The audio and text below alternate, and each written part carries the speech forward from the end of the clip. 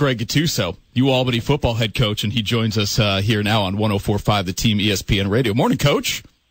Good morning, Chris. How are you? We are excellent. It's Chris Honorato, Brian Mariano, and Brian Cody with you. And, Coach, I need...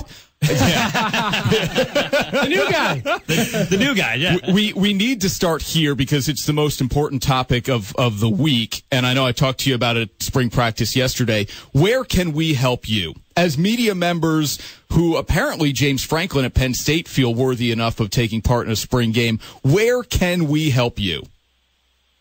You mean on the field, physically? Yeah. I would say, knowing you guys, I'd say nowhere. Yeah. Well, now you've seen me carry the heavy camera and the tripod around the field. What do you think? I mean, can I play a position of strength? Well, if you would wear those shoes with the green soles, I potentially find somewhere for you to play for us, but it would be certainly near the bench and near the water tank. Chris Ornato was a man of leisure. Look at us. You have a good life, my friend. Oh, man. Coach Brian Mariano here. I'm thinking about being the place kick holder. Really good at getting the laces out. If you're looking to add depth at that position, I might be able to help you out there.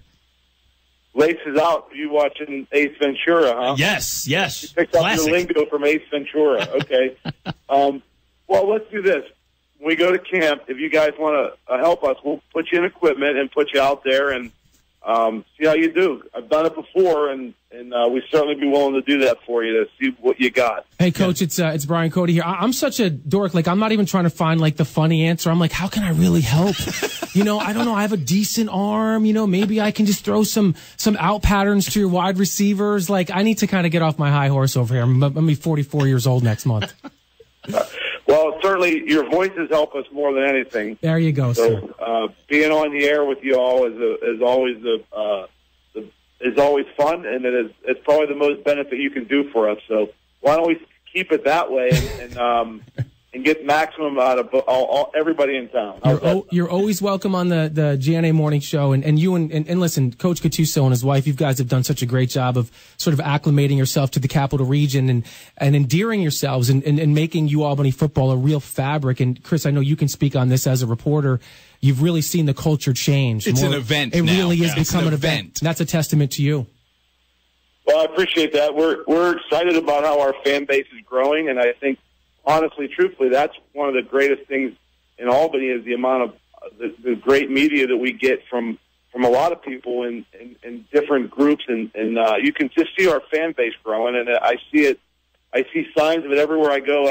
People stop me and talk about football, and that's how we're doing, and surprisingly very knowledgeable at times of the last person you might expect at the coffee shop or where I go for breakfast and things like that. People are getting really engaged in the program, and it's great. And we just got to continue to build that fan base, because with a great fan base comes great crowds, which helps us in recruiting, which helps us win games on the field.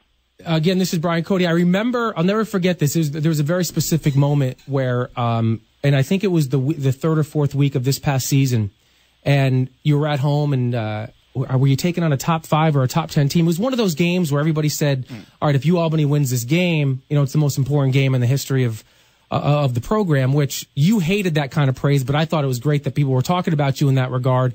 And that was the heartbreaking overtime loss to Richmond. Yep. And I remember I was watching it at home, but I had to be somewhere. And where I went was my mom and dad's house. But we all sat around the internet and we were just watching this game online because we had to see how the UAlbany Great Danes finished out this game. Obviously disappointed that you lost, but that was a moment where I felt like, okay, everybody in my family is now talking about Great Dane football, and the program really kind of reached new levels from there on out. I remember when you told me that. I've told that story to people because, honestly, I'm starting to really hear a lot of stories like that, and people, the knowledge that people have of the program is really good, and I think Mark Benson and his crew do a good job trying to put us out there and with billboards and all those different things. But look, it's a grassroots movement when you're building the program, and the fans. It's amazing how important they are. Sometimes fans don't realize that. And we had a couple of incredibly well-attended games last year, and even at the end of the year, we're starting to get people to come out in the cold weather, and we're training some of the basketball fans that it's okay to sit outside when it's a little chilly.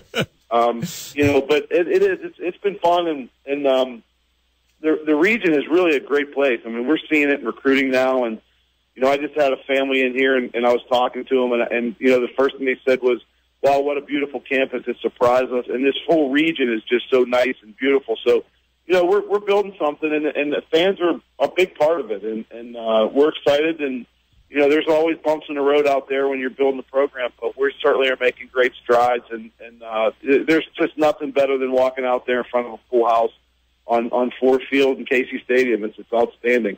UAlbany head coach Greg Gattuso with us here on Big Board Sports 104.5, the Team ESPN Radio. Coach, I know you only agreed to come on because I promised we'd let you talk about the Penguins, and we will. But before we get to that, your spring game is tomorrow. And I know yesterday at practice you said you'd much rather not, scrimmage, just practice and work on the things you guys need to do well. But after a spring game is over, what do you hope to have seen out of your team?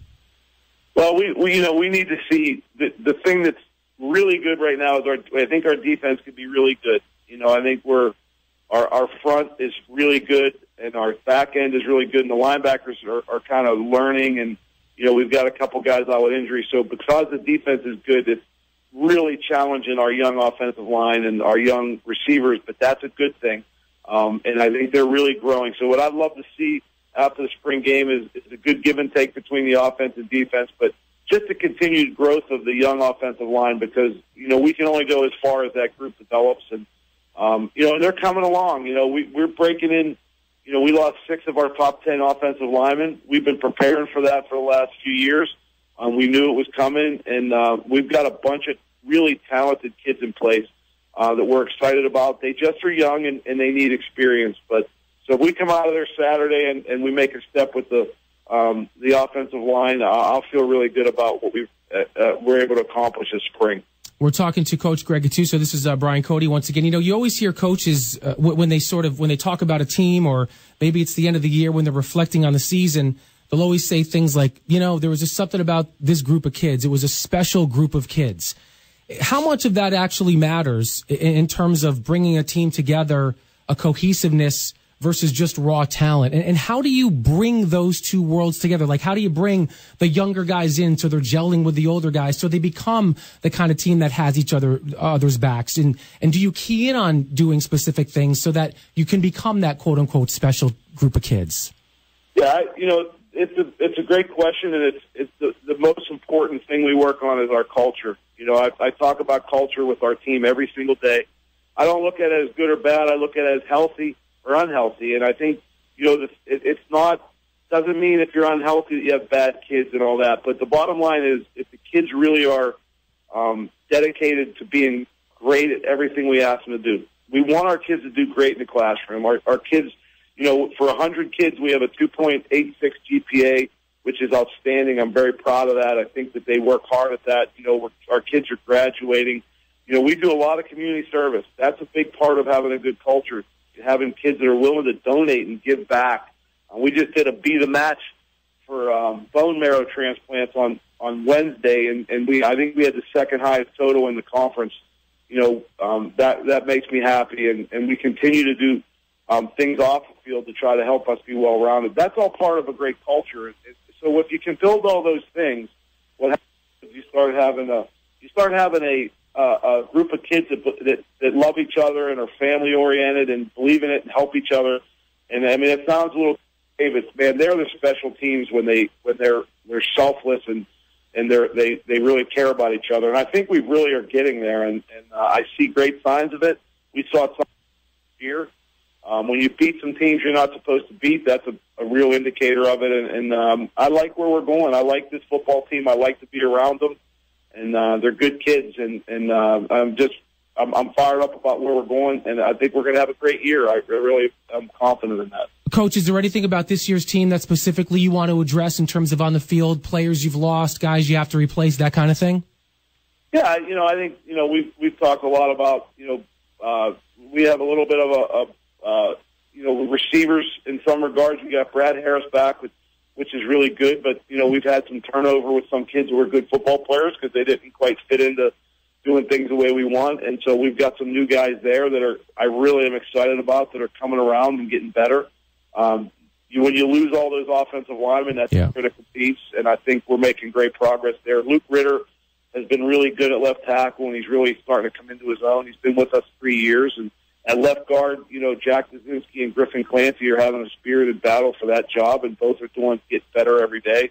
We got 2 freshmen starting, one at center, and Makai starting at center, and Casey Desir at right guard. They're both true freshmen right now, are very talented.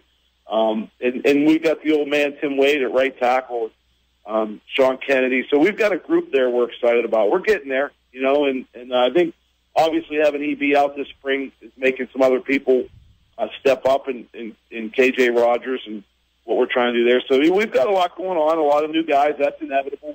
When you have 63 scholarships, you're going to have turnover. And, I think we've recruited well, and I think that those kids are going to step in and do well. So I think we're bigger, faster, stronger, and certainly we look like a CAA team. I think really for the last year and this year, we really look like we belong, and we need to start playing that way.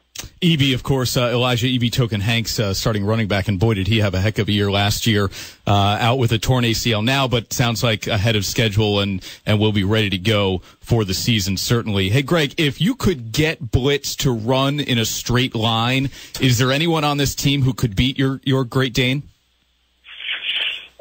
He gets tired after about 50 yards, so it depends on how long the run is. So in just a 40-yard dash? Maybe. Yeah.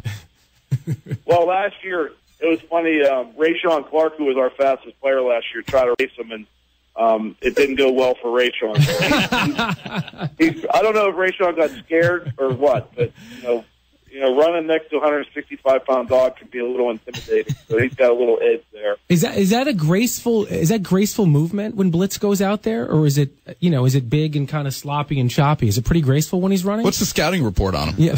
Interestingly enough, Great Danes are so graceful when they run. It's amazing. They're graceful, yet they can misstep and be a little clumsy once in a while. But the funny thing about Blitz when you're out playing with him is he runs at you full speed and veers off at the last second. So it takes a little courage. It's like being a quarterback against a pass rush. You have to stand in there and you pray that he's going to veer off, because if he doesn't, he'd knock you over. I mean, he's knocked me for a few steps back a few times. So, but Great Danes are incredibly graceful animals. You'd be shocked watching them run around. So he's a D-end, maybe. That's what it sounds like. I would consider him much more of kind of like an athletic tight end, like Brian Parker. Yeah. Okay. Hey, Coach, your Penguins get it done last night. We talked about it at practice yesterday, and they're on to the next round where I think we both assume it'll be the Capitals, but you never know. Could be the Maple Leafs. Your impressions of this Pittsburgh team as they try to defend the Cup? With the injuries and just, I don't think they were the best team the entire series. Columbus is a heck of a team, but they've got star power and they play hard, and they kind of, when you talk about culture, when you see the Penguins' cultures, when you have a leader like Sidney Crosby, who I know some people around here might not like, but he's the hardest worker. He's a good person. He really tries hard, and that's something in your leadership group. When you have it makes you selfless, and then you see the results of that. I think it was good. I think that was a great win, but certainly I expect the Capitals to get through the Maple Leafs, and that's going to be a great series. Coach, the winner of that series is going to get the Rangers. Yeah. All right. I don't think the Rangers have a problem with the Senators if it is in fact Ottawa, but 2 more against the Canadians. I don't know. Not done yet. They'll win that. It'll be over next game. That's fine. Whatever. Coach, always appreciate the time, man. We'll see you at the spring game tomorrow, 3:00 at Casey Stadium, everybody. Thanks, guys. Have a great day. All right, Coach. Thanks, Talk Coach. to you later. Thank you.